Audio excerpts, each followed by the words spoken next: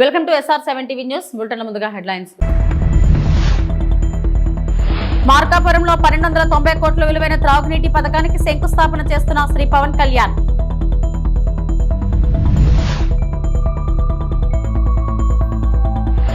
జగన్నాథ స్వామికి పట్టు వస్త్రాలు సమర్పించిన అనిత.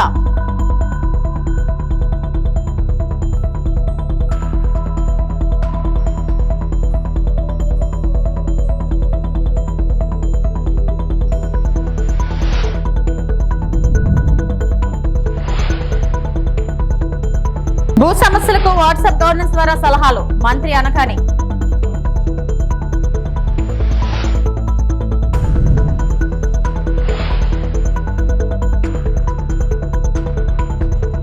సగటు మనిషిని బెదిరించడం వల్లే వైకాపాకు ఈ పరిస్థితి వచ్చిందని డిప్యూటీ సీఎం పవన్ కళ్యాణ్ అన్నారు. ప్రకాశం జిల్లా నరసింహారావుపురంలో తాగునీటి పథకానికి శంకుస్థాపన చేసిన అనంతరం ఏర్పాటు చేసిన సభలో పవన్ ప్రసంగించారు.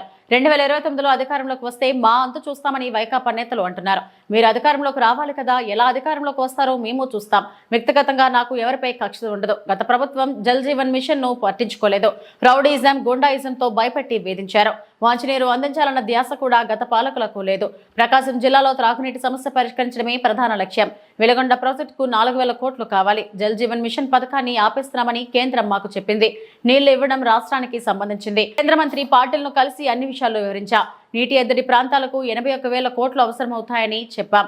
ప్రస్తుతం జల్ జీవన్ మిషన్ మొదటి విడత 1290 కోట్లతో శంకుస్థాపన చేసుకున్నాం. స్వాతంత్రం వచ్చాక తొలిసారిగా ప్రకాశం జిల్లాలో అతిపెద్ద తాగునీటి పథకమిచ్చే దాదాపు 10 లక్షలకు పైచీలుక జనాభాకు త్రాగునీటిని అందించబోతున్నాం. గత ప్రభుత్వం 5 సంవత్సరాల ఎలాంటి మంచినీటి పథకం మొదలు పెట్టాలి. చివరి సంవత్సరం ఇందాక చెప్పినట్టుగా ఎలక్షన్కి ముందు శిలాఫలకాలు వేసి పరిమితమయ్యారు. ఈ రోజు వచ్చి వాళ్ళు రోడ్ల మీదకి వచ్చి మేము కుత్తుకులు కోస్తాం, ఇవన్నీ చేస్తామంటే ప్రజలకు అర్థం కాదా? మనకు అర్థం కాదు. కానీ మన కూటమి ప్రభుత్వం ఏర్పడ్డాక చాలా ప్రణాళికాబద్ధంగా జల్ జీవన్ మిషన్ ప్రాజెక్ట్ని ముందుకు తీసుకెళ్తుంది. అందులో భాగంగా నేను ఒకటే చెప్పాను, శిలాఫలకాలు వేస్తారు అందరూ, ఎప్పుడు ఫినిష్ చేద్దామంటే అధికార యంత్రాంగం, ఉన్నతాధికార యంత్రాంగం కానీ కాంట్రాక్టర్స్ కానీ అందరూ ఒకటి ఇచ్చారు. సకాలంలో కనుక మన నిధులు కనుక వచ్చేస్తే 18 నెలల నుంచి 20 నెలల్లో ఈ ప్రాజెక్ట్ని పూర్తి చేస్తాం. ఇది నేను ప్రత్యేకించి నేను ఈ పథకాన్ని పర్యవేక్షిస్తాను. నేను దృష్టిలో కూడా పెడుతున్నాను. అంటే ఆలయం భూములు అనగానే భగవంతుడి భూములు కదా దోచేద్దామని అందరికీ తేలిగ్గా ఉండదు. తరతరాలు లేచిపోతాయి, జాగ్రత్త. అంటే భూములు మిగిలితే మీరుండరు. తర్వాత రాజుల సొమ్ము రాళ్లపాలెం దోచుకొని భూమి శాశ్వతం, మన శాశ్వతం కదా. అందుకని దయచేసి దేవాదాయ శాఖ భూముల జోలికి వెళ్ళకండి. అలాగే వైసీపీ హయాంలో ఈ భూదోపిడీ హద్దులు దాటేసింది. భూమి కనిపిస్తే దేవాలయ భూములు కానీ, అటవీ భూములు కానీ, ఖాళీ భూములు కానీ, ఎక్కడ ఖాళీ భూమి కనపడితే అక్కడ గత ప్రభుత్వ పాలకులు గద్దల్లా వాలిపోయి ఆక్రమించారు. దేవుడి భూములను కూడా అక్రమంగా రిజిస్టర్ చేయించుకున్నారు. ఈ వ్యవహారం మీద ప్రభుత్వం దృష్టి సారించింది. ఆక్రమణకు గురైన దేవాలయాలు భూములు తిరిగి వెనక్కి తీసుకునే ప్రక్రియని ఇప్పటికే ప్రారంభించాం. దేవాలయ భూములకు రక్షణ కల్పించే బాధ్యతను కూడా కూటమి ప్రభుత్వం తీసుకుంది. అలాగే వెలిగొండ ప్రాజెక్టుకి నాకు నిజంగా చాలా సంవత్సరాల నుంచి, గత 15 సంవత్సరాల నుంచి నా కోరిక ఒకటే, నా ఆశ చెప్తున్నాను. మీరు ఇక్కడ పారిశ్రామికీకరణ జరగాలి, ఇండస్ట్రియలైజేషన్ జరగాలి. ఇక్కడున్న యువతకి, ఆడపడుచులకి ఉపాధి అవకాశాలు ఎక్కువ మెండుగా పెరగాలి. అందుకని ముందుగా నీళ్లు కావాలి ఇక్కడ. వాటితో పాటు శ్రీశైలం నుంచి కాకుండా ముందు వెలిగొండ ప్రాజెక్టు కనుక అయిపోతే మనకి పారిశ్రామిక అవసరాలకు కూడా మనకి నీటి సరఫరా చేయగలం. దానివల్ల ఉపాధి అవకాశాలు మరింత మెరుగవుతాయి. అంటే నేను చూస్తుంటే ఇందాక చూసాం 1290 కోట్లు ఫస్ట్ ఫేజ్ ప్రాజెక్టుకి. లాస్ట్ ఎలక్షన్లు తీసుకుంటే మన ప్రకాశం జిల్లానే 2000 కోట్లు ఖర్చు పెట్టారేమో అందరూ కలిపి. అంటే ఒక్కొక్క నియోజకవర్గానికి 150 కోట్లు కూడా ఖర్చు పెట్టారు. అంటే డబ్బు ఉంది ఇక్కడ మన ప్రకాశం జిల్లా. విశాఖ నగర పరిధి మహారాణిపేటలోని జగన్నాథ స్వామి వారికి హోంమంత్రి వంగలపూడి అనిత పట్టు వస్త్రాలు సమర్పించారు. ఆలయ మర్యాదలతో హోంమంత్రికి అర్చకులు స్వాగతం పలికారు. అనంతరం ఆమె ప్రత్యేక పూజలు చేశారు. రాముడి అవతారంలో జగన్నాథ స్వామి భక్తులకు దర్శనమిస్తారు. స్వామివారి దర్శనానంతరం పండితులు అనితకు వేదాశీర్వచనమిచ్చారు. ఏటా ఈ ఆలయాన్ని దర్శించుకోవడం తమకు ఆనవాయితీ అని అనిత తెలిపారు. ప్రజలందరూ సంతోషంగా ఉండాలని ప్రార్థించినట్లు చెప్పారు.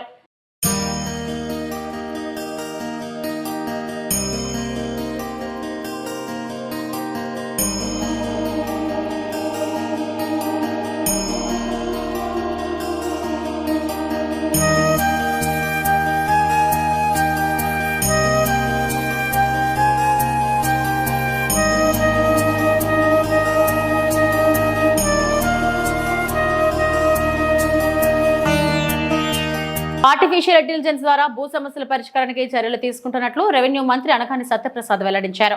వాట్సాప్ గవర్నెన్స్ ద్వారా సలహాలు ఇస్తున్నామన్నారు. రెవెన్యూ శాఖపై సీఎం చంద్రబాబు సమీక్ష అనంతరం మీడియాతో మంత్రి మాట్లాడారు. భూములకు ఆధార్ సర్వే నెంబర్ల అనుసంధానంతో సమస్యల పరిష్కారానికి ప్రయత్నిస్తున్నట్లు చెప్పారు. గ్రీన్స్ ద్వారా వచ్చిన 4.63 లక్షల ఫిర్యాదుల్లో 3.99 లక్షల ఫిర్యాదులు పరిష్కరించినట్లు తెలిపారు. రెవెన్యూ డిపార్ట్మెంట్ పనిచేసింది. ఎందుకంటే కాల్ సెంటర్ ఫీడ్బ్యాక్ల్లో కూడా గౌరవ ముఖ్యమంత్రి గారు ఈరోజు మా రెవెన్యూ డిపార్ట్మెంట్ కూడా చాలా అభినందించారు. వాళ్ళందరికీ కూడా నేను కూడా మా అధికారులందరూ కూడా ప్రత్యేకంగా నా కృతజ్ఞతలు అభినందనలు తెలియజేస్తా ఉన్నాను. ఎందుకంటే రెవెన్యూ సదస్సుల్లో 14,368 ఫీడ్బ్యాక్ రెస్పాన్స్ తీసుకుంటే మా యావరేజ్ సాటిస్ఫాక్షన్ ఆన్ రెవెన్యూ వచ్చి 2.5 వచ్చింది 5 మార్క్స్లో. సో స్టేట్ యావరేజ్ వచ్చి 1.8 టాప్లో ఉంది రెవెన్యూ. అంటే the way we have reacted, ఎలా మేము వాళ్ళకి స్పందించాము, ఎలా వాళ్ళకి ఆన్సర్ ఇచ్చాము అనే దిశగా వాళ్ళు సాటిస్ఫాక్షన్ చెప్పారు. అలాగే పీజీఆర్ఎస్ టీంలో వాళ్ళు 23,934 మందితో ఫీడ్బ్యాక్ తీసుకుంటే డిపార్ట్మెంట్ వైజ్గా చూస్తే 4వ-5వ ర్యాంకులో ఉన్నటువంటి పరిస్థితి. అంటే మనం చూసాం గత పరిపాలకులు అన్నీ ప్రజల దగ్గర నుంచి భక్షించుదామని చెప్పి ఆలోచన చేశారు తప్ప కూడా ఎక్కడ కూడా వాళ్ళు రక్షించుదామని చెప్పి ఇక్కడ ఆలోచన చేయలేదు. రెవెన్యూ వ్యవస్థని ఒక ఆర్థిక వనరులుగా చూశారు.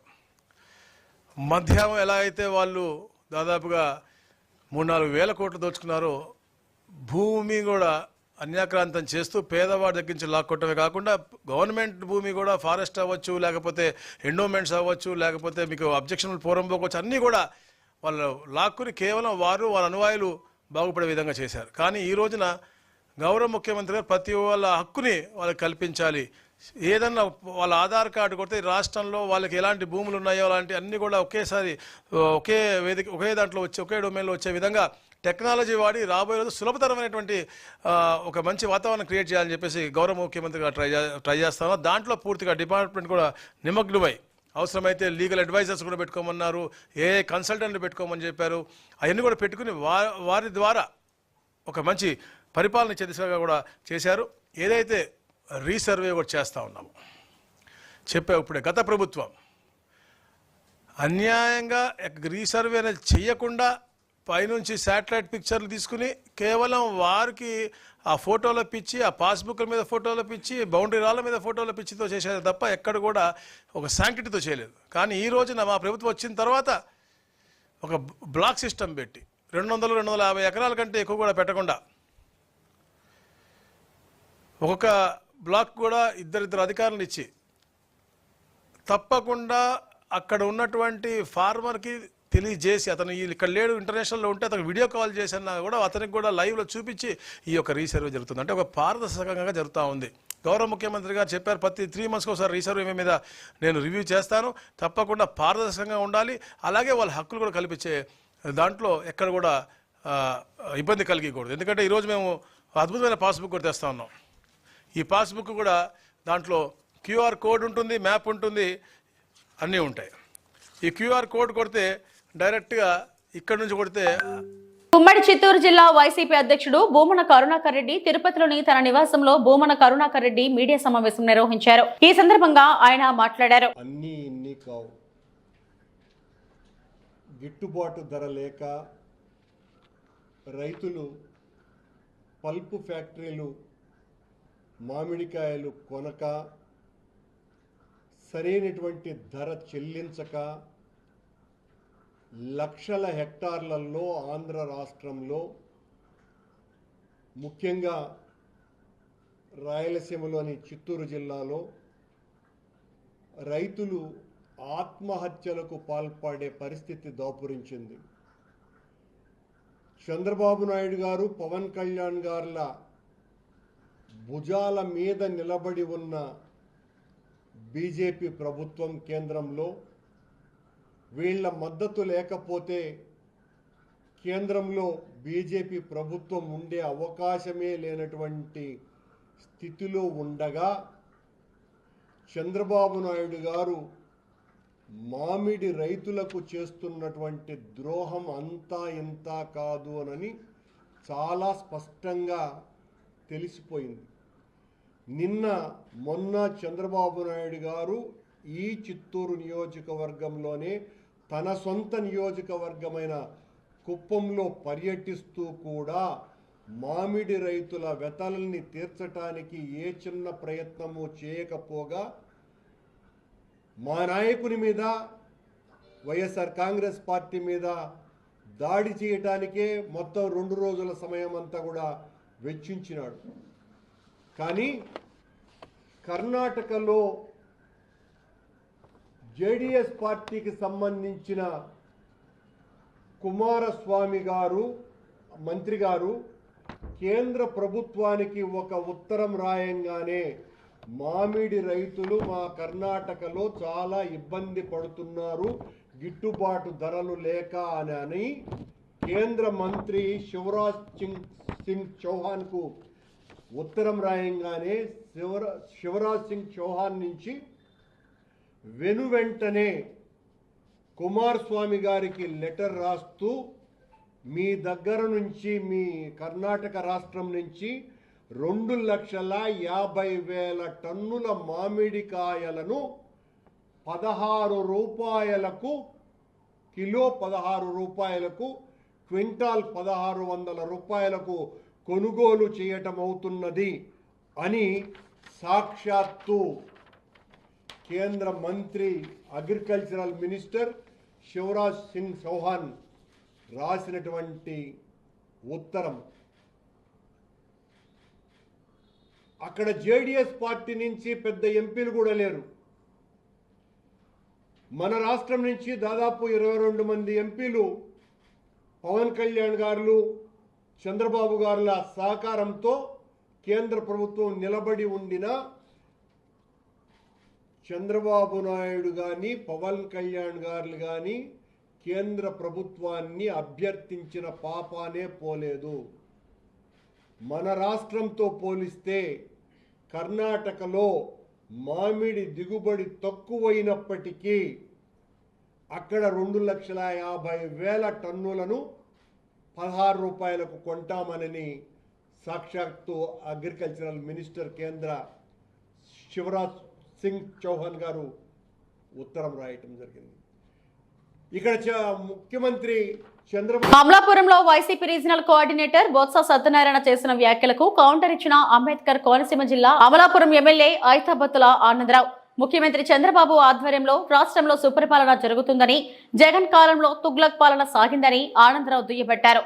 జగన్ రైతులకు పెట్టిన ధాన్యం బకాయిలు 1600 కోట్లు చంద్రబాబు చెల్లించారని, జగన్ గోతుల రోడ్లను చంద్రబాబు అద్దంలా తీర్చిదిద్దారని, పెన్షన్ ను చంద్రబాబు 3000 నుండి 4000కు పెంచారని, ఇవన్నీ సుపరిపాలన కాదా అని ఎమ్మెల్యే ఆనందరావు బొత్సను ప్రశ్నించారు. ఇవన్నీ చూసి ఇంటింటికి వెళ్తుంటే ప్రజలు మాకు బ్రహ్మరథం పడుతున్నారని, మీరు ప్రజల వద్దకు వెళితే ప్రజలే మిమ్మల్ని తరిమి కొడతారని ఆనందరావు పేర్కొన్నారు. వచ్చే ఎన్నికల్లో వైసీపీ సింగిల్ డిజిట్ తో ప్రతిపక్షానికే పరిమితం అవుతుందని ఎమ్మెల్యే ఆనందరావు జోష్యం చెప్పారు. మరి నిన్న అమలాపురంలో జిల్లా కేంద్రంలో వైసీపీ పార్టీ నాయకులు, ఆ రీజనల్ కోఆర్డినేటర్ అధ్యక్షతన జిల్లా పార్టీ అందరూ కలిసి మరి ఒక ప్రోగ్రాం తీసుకుని తెలుగుదేశం పార్టీని, కూటమి ప్రభుత్వాన్ని అసత్య ప్రచారాలతో ప్రజలకి మళ్ళీ మరొక్కసారి అబద్ధాలను నమ్మించడానికి చాలా తాపత్రయపడ్డారు. అందరూను ఒక్కొక్క నాయకుడు ఒక విధంగా మాట్లాడాడు. నేను ఒకటే చెప్తున్నాను, కూటమి ప్రభుత్వాన్ని విమర్శించే నైతిక అర్హత వైసీపీ పార్టీకి కానీ ఆ పార్టీ నాయకులకు కానీ లేదు. ఎందుకు లేదు అంటే 151 సీట్లతో మిమ్మల్ని గెలిపించి మీ జగన్మోహన్ రెడ్డిని ముఖ్యమంత్రి చేసి ఈ రాష్ట్రాన్ని చాలా కాలం పరిపాలన చేయమని కోరితే ఈ పరిపాలన చేతకాక ఒక తొగ్లక్క పాలన చేసి, ఒక చెత్త పాలన చేసి, ప్రజల్ని గదిలో ఒక మనుషుల్ని పెట్టి మిరపకాయ పొగ పెడితే ఏ విధంగా ఆ గది నుంచి పారిపోవటానికి బయటపడటానికి ఆ మనుషులు ప్రయత్నం చేస్తారో, అలాగే ఈ రాష్ట్రంలో ఉన్నటువంటి ప్రజలందరికీ మిరపకాయ పొగలాంటి పాలన పెట్టి ఎప్పుడు 2024 ఎన్నికలు వస్తాయా, ఎప్పుడు ఈ జగన్మోహన్ రెడ్డిని చిత్తుగా ఓడించి గతి దింపుదామని ప్రజల్ని మానసికంగా తయారు చేసినటువంటి ఘనత నీ అసమర్థ ముఖ్యమంత్రిది, మీ అసమర్థ అధ్యక్షుడిది. అలాంటి మీరు ఇప్పుడు తగుదురమ్మా అంటూ తెలుగుదేశం పార్టీని, కూటమిని, చంద్రబాబు గారిని విమర్శించడానికి తయారవటం ఎలా ఉందంటే సిగ్గులేనమ్మ వీధెక్కి గొంతులేనట్టు ఉంది. ఈరోజు ఒక నాయకుడు ఏమంటాడంటే బాబు సూర్యుడిపై నిలదీద్దామంటాడు. ఏం నిలదీస్తావు నువ్వు? అసలు నువ్వు ఇచ్చిన హామీలు ఏమన్నా నీ ముఖ్యమంత్రి అప్పుడు జగన్మోహన్ రెడ్డి అమలు చేశాడా? ఒకే ఒక ఎగ్జాంపుల్, నేను నెగ్గిన వెంటనే 2000 ఉన్న పెన్షన్ని 3000 చేస్తానని చెప్పాడు మీ నాయకుడు జగన్మోహన్ రెడ్డి. నెగ్గినాక ఏమన్నాడు? పెంచుకుంటూ పోతానని 5 ఏళ్ళు పట్టింది 1000 రూపాయలు పెంచడానికి.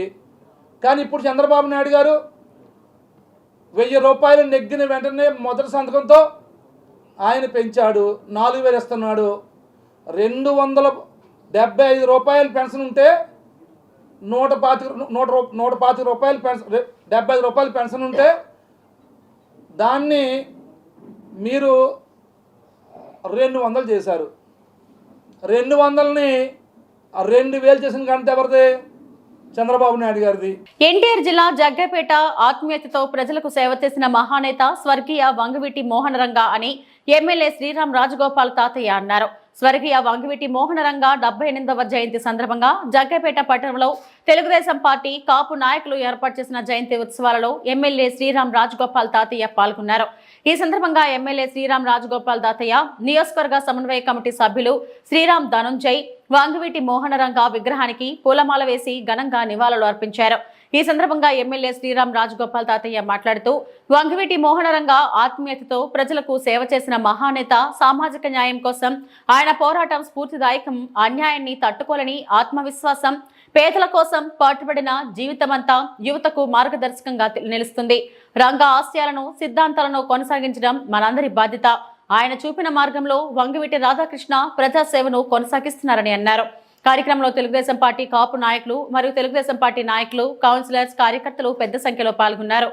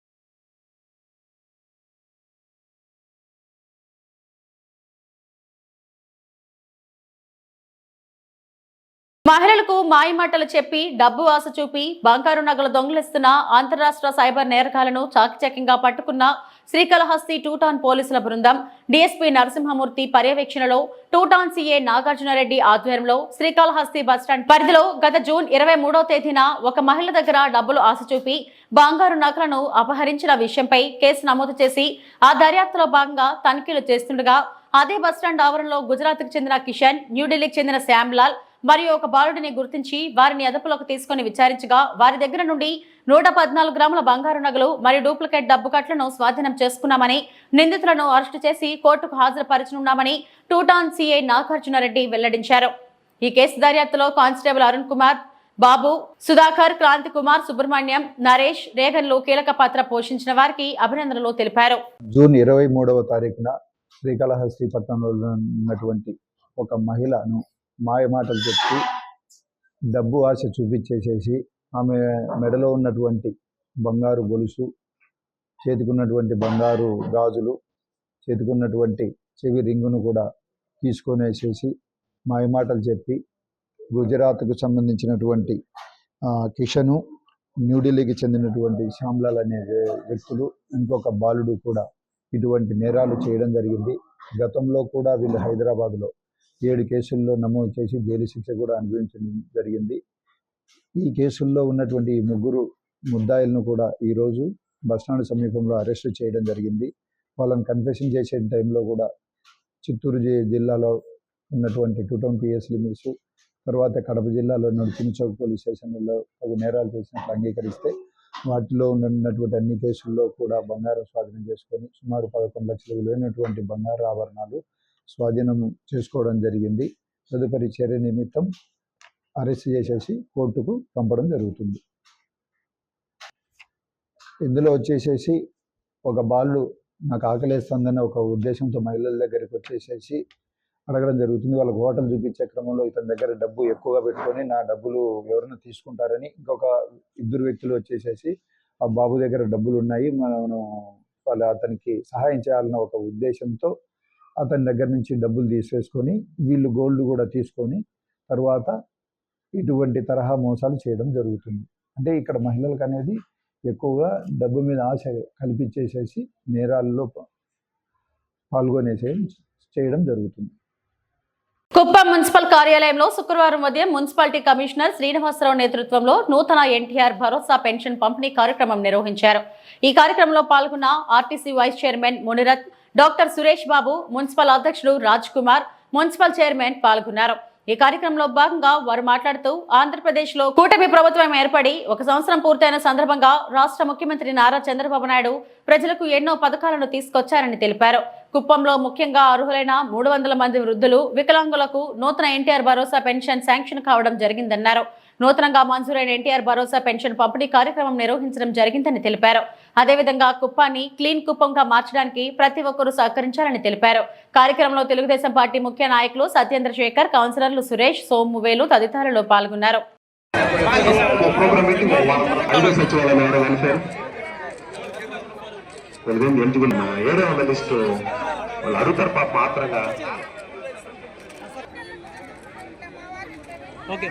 ఓకేనా?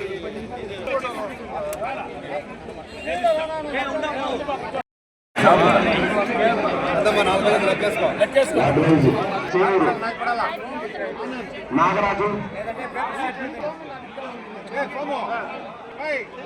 రాజేశ్వరి, తర్వాత అలమేలు